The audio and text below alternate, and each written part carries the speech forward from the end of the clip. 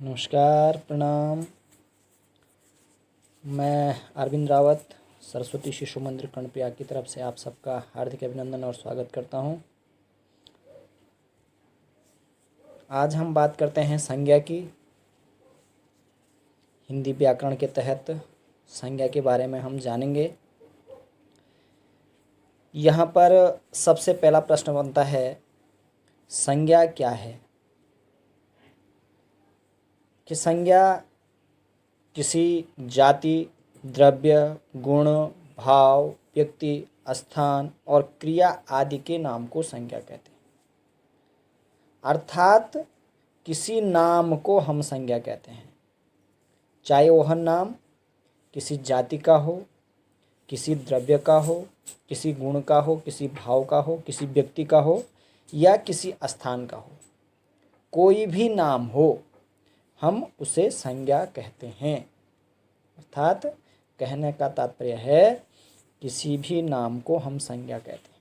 जैसे पशु एक जाति का नाम, सुंदरता गुण का नाम है, व्यथा भाव का नाम है, मोहन व्यक्ति का नाम है, दिल्ली स्थान का नाम है, मारना एक क्रिया है।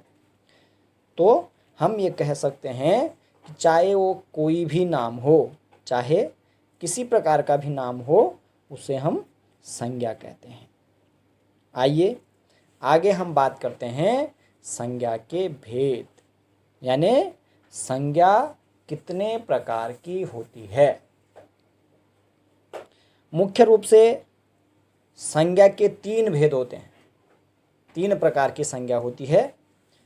पहला जातिवाचक संज्ञा, व्यक्तिवाचक संज्ञा और भाववाचक संज्ञा। आइए हम इन तीनों संज्ञाओं के बारे में विस्तार से समझते हैं। पहली जो संज्ञा है वो है जातिवाचक संज्ञा। जिस संज्ञा शब्द से किसी व्यक्ति, वस्तु, स्थान की संपूर्ण जाति का बोध होता है, उसे जातिवाचक संज्ञा कहते हैं। अर्थात किसी व्यक्ति, किसी वस्तु या किसी स्थान की संपूर्ण जाति का बोध हो, उसको हम जातिवाचक संज्ञा कहते हैं। देखिए, व्यक्ति जैसे मोहन, वस्तु पुस्तक, स्थान दिल्ली, मनुष्य नदी, नगर, पर्वत, पशु, पक्षी, लड़का, गाय, ये सब जो हैं एक जाति है।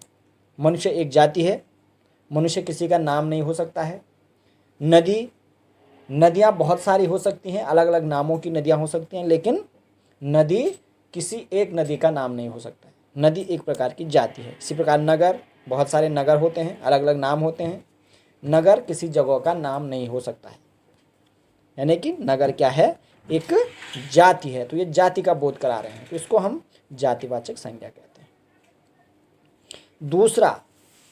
दूसरी संज्ञा है वो है व्यक्तिवाचक संज्ञा। केवल एक व्यक्ति, एक वस्तु या एक स्थान के लिए जिस नाम का प्रयोग होता है उसे व्यक्तिवाचक संज्ञा कहते हैं। जैसे अमेरिका एक स्थान है, एक देश है। भारत एक देश है। अनिल एक लड़का है। मोहन एक लड़का है। सीता एक लड़की है। मीना एक लड़की है।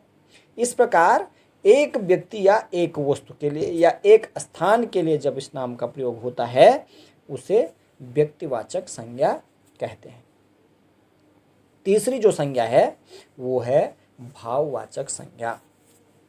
जिस संज्ञा शब्द से पदार्थों की अवस्था, गुण, दोष, धर्म आदि का बोध हो उसे भाववाचक संज्ञा कहते हैं। यानी कि किसी पदार्थ की अवस्था, उसके गुण दोष, उसके धर्म आदि का बोध होता है तो उसको हम भाववाचक संज्ञा कहते हैं। जैसे बुढ़ापा, बुढ़ापा एक भाव है। मिठास, बचपन, मोटापा, चढ़ाई, थकावट, रोना, हंसना, ये सब भाव होते हैं।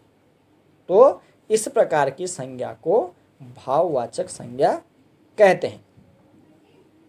ये बुढ़ापा किसी प्रकार किसी व्यक्ति का नाम नहीं हो सकता है, मिठास किसी व्यक्ति का नाम नहीं हो सकता है। ये एक प्रकार के भाव हैं, इसलिए इनको हम भाववाचक संज्ञा कहते हैं। जैसे मोटापा एक दोष है, मैंने जैसे कहा गुण दोष भी हो सकते हैं, तो ये मोटापा एक दोष है, थकावट है एक भाव है, इसलिए इनको हम भाववाचक संज्ञा कहते हैं। कुछ विद्वान अंग्रेजी व्याकरण के प्रभाव के कारण संज्ञा शब्द के दो भेद और बताते हैं। वो दो भेद कौन कौन से हैं? पहला है समुदायवाचक या समूहवाचक संज्ञा, और दूसरा है द्रव्यवाचक संज्ञा। ये दो भेद बताए गए हैं। तो समुदायवाचक संज्ञा किसे कहेंगे?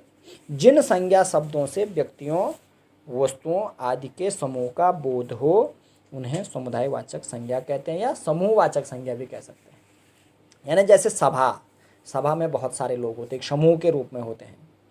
कक्षा में भी बहुत सारे विद्यार्थी होते हैं। सेना, भीड़, पुस्तकालय, दल, मानव, पुस्तक आदि, ये समुदायवाचक संज्ञा कहलाती है। और जो दूसरा है इसका, वो है द्रव्यवाचक संज्ञा। द्रव्यवाचक संज्ञा किसे कहते हैं? द्रव्यवाचक संज्ञा जिन संज्ञा शब्दों से किसी धातु, द्रव्य आदि पदार्थों का बोध हो उन्हें द्रव्यवाचक संज्ञा कहते हैं। जहाँ पर धातु और द्रव्य का बोध हो उनको हम द्रव्यवाचक संज्ञा कहते हैं। जैसे कि घी द्रव्य है, तेल द्रव्य है, सोना, चांदी, पीतल धातु है, चावल, गेहूं, कोयला, लोहा आदि अनेक प्रकार की वस्तुएं हो सकती हैं जिनको हम द्रव्यवाचक संज्ञा कहते हैं। तो आपको अच्छा लगा होगा संज्ञाओं के बारे में जान करके। एक बार पुनः आपका बहुत बहुत धन्यवाद।